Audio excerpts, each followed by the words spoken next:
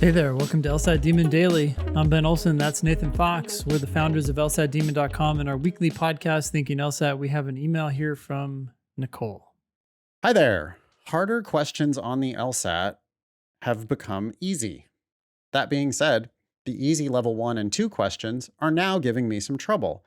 When I do some level 1 and 2 questions, I have to pause for longer to consider my answer, or I eliminate all of the answers and then have to go back around and try again. I feel like the LSAT is punking me on these easy questions. The level 1 and 2 questions should not be as hard as they seem now. It's frustrating to stare at the level 1 and level 2 questions for so long or get them wrong. Any thoughts on what to do or think about when answering level 1 and level 2 questions? Thanks, Nicole. Let me ask you this, Ben. Yeah. Does level 1 or level 2 question ever appear on the LSAT? No, when you get a question, you have no idea what level it is. Right. So, how would Nicole know on her actual test? How would she know whether this is a level 1 or a level 2 or a level 5? I mean, she could be guessing. There's a couple things. One, she could be guessing, right? It's early in the section, so she assumes it's a level 1 or 2. It could be the case that she's capped her drilling difficulty level at 2, so she knows that's what she's getting. She could be, I don't know. Yeah. I think it's just, she's probably just doing timed sections and then she's going back and she's realizing that she missed some level 1s and some level 2s.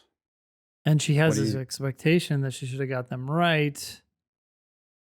And hey, you just got them wrong like you would any question.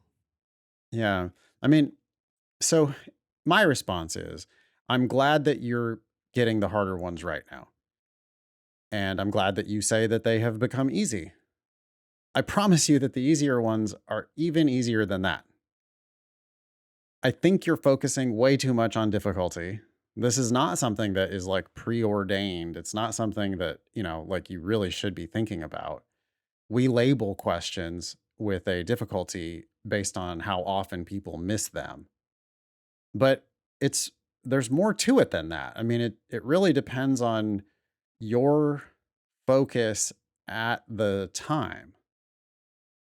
And maybe, Nicole, the reason why you're struggling with those questions is that you're thinking, oh, this is the first 5 questions. This is the first 10 questions. These are the easy ones. And maybe you're letting your attention lapse a little bit.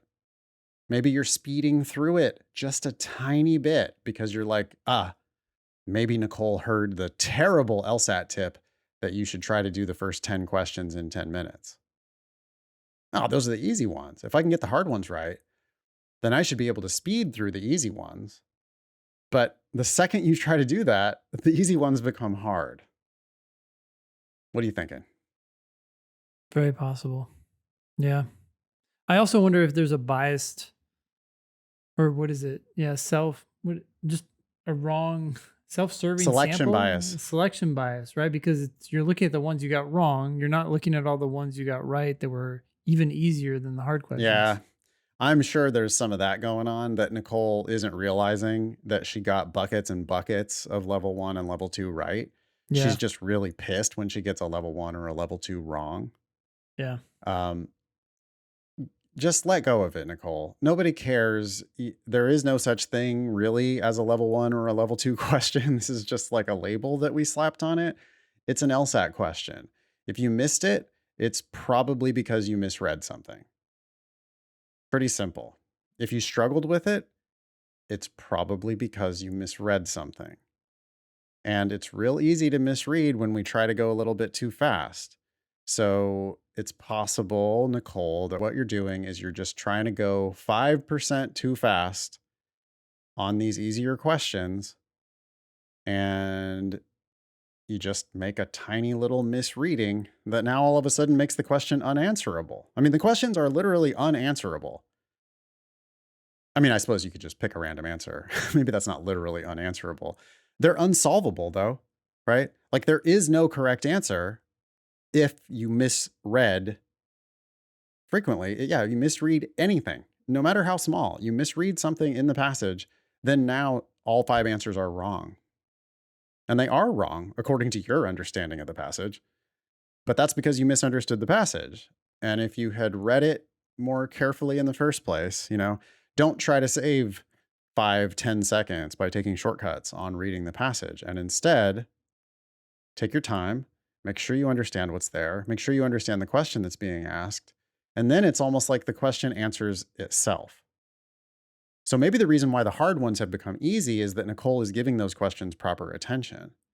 And the reason why the easy ones have become hard is that she's not.